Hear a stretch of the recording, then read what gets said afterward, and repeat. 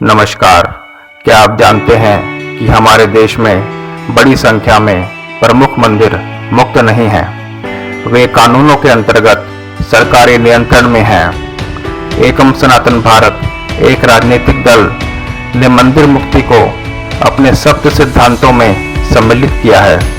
आइए जानते हैं मंदिरों पर सरकारी नियंत्रण का इतिहास, वर्तमान स्थिति और मंदिर मुक्ति से होने वाले लाभ के बारे में।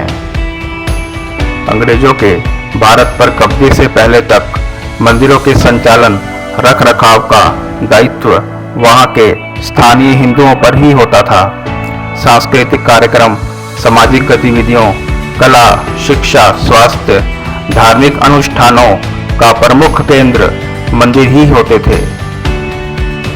परंतु हिंदू समाज की एकता, आत्मनिर्भरता, खुशहाली और समृद्धि अंग्रेजों से देखी नहीं गई और मद्रास रेगुलेशन कानून 1817 को लागू करके ईस्ट इंडिया कंपनी के नियंत्रण में मंदिर लाए गए और इस कानून के अनुसार मंदिरों की संपत्ति, दान का धन और श्रद्धालुओं के चढ़ावे पर नियंत्रण अंग्रेजों ने कर लिया। और बाद में 1925 में state religious and charitable endowments कानून के माध्यम से मंदिरों को और अधिक प्रभावी ढंग से सरकारी नियंत्रण में लाया गया। अंग्रेजों के जाने के बाद हिंदू टेम्पल एक्ट 1951 लाया गया और सरकारी नियंत्रण मंदिरों पर और अधिक कसा गया। वर्तमान की स्थिति यह है कि देश में हजारों की संख्या में ऐसे मंदिर हैं जो जर्जर हो रहे हैं। उन मंदिरों में सुबह शाम की आरती करने योग्य भी संसाधन नहीं है।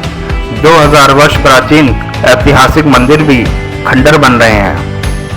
क्या कारण है कि जो मंदिर कभी पूरे समाज की गतिविधियों का प्रमुख केंद्र होते थे और समाज की व्यवस्था को बनाए रखते थे, अब देश में ऐसे भी मंदिर हैं जहां 2 समय की आरती करने योग्य भी संसाधन नहीं। एक आंकड़े के अनुसार केवल एक बड़े राज्य में देश के 1,80,000 मंदिरों में से लगभग 34,500 मंदिर राज्य के नियंत्रण में हैं। अंग्रेजों के आने से पहले तक हजारों वर्षों से हमारा देश भारत समृद्ध था, धनी था, उत्तम व्यवस्था, उत्तम गुणवत्ता की शिक्षा और महान नैतिक मूल्यों के साथ पृथ्वी पर अपना महत्वपूर्ण स्थान बनाए हुए था और इसमें मंदिरों का अत्यंत महत्वपूर्ण योगदान था।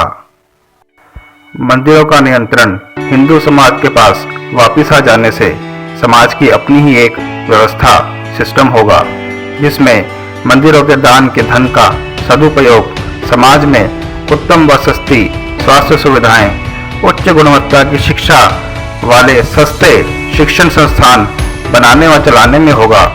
जब अपना सिस्टम खड़ा होगा तो स्वाभाविक है कि व्यापार और रोजगार के ढेर अवसर भी पैदा होंगे, समाज आत्मनिर्भर होगा।